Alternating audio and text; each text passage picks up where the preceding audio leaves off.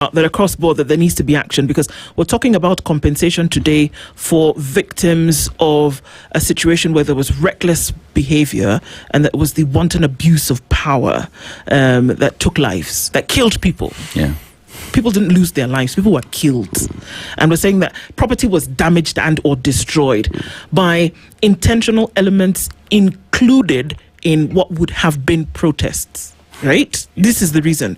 Innocent business people lost property. It was damaged. Innocent lives were taken.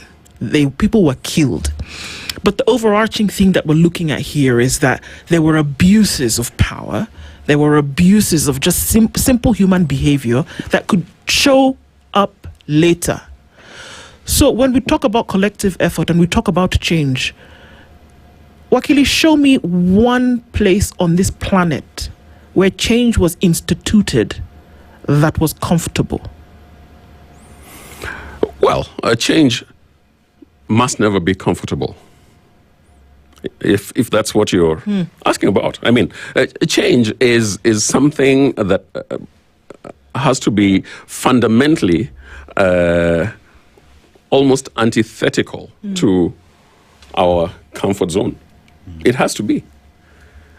But I am not prepared to believe that there are no people who can move this country into a situation where we get this change. And they do not have to be people who are vying for positions in 2027.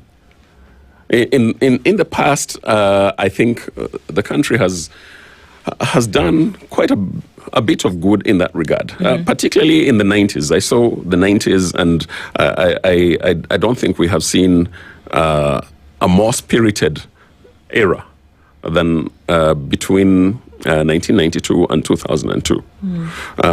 But then thereafter, we have just gotten into a cycle of violence every so often.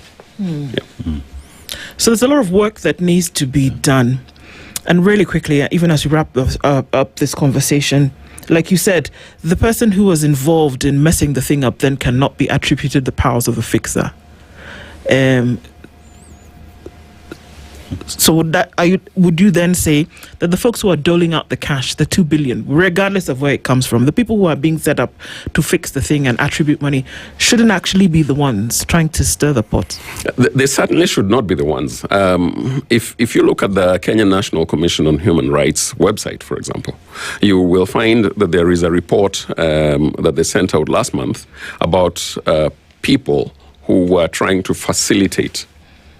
Well, before the launch, people who are trying to facilitate the getting of compensation.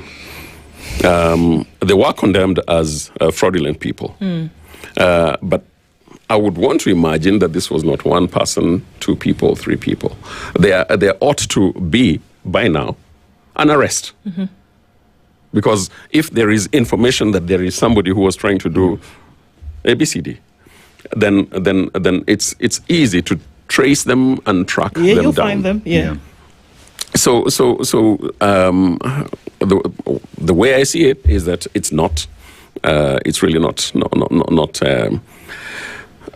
possible to entrust those who are the violators. And let's not forget, for example, that on Monday, where was the public in all this? Everything was being done in the comfort of State House. This is a national issue.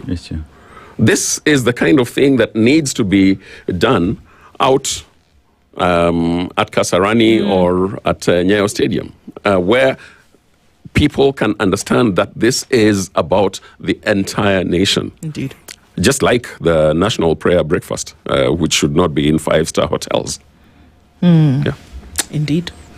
Thank you very much for being here with us, Wakili, opening up some of these things for us to get insights and understanding, to engage in conversations, essentially is what is being part of a collection of the willing, a concert of the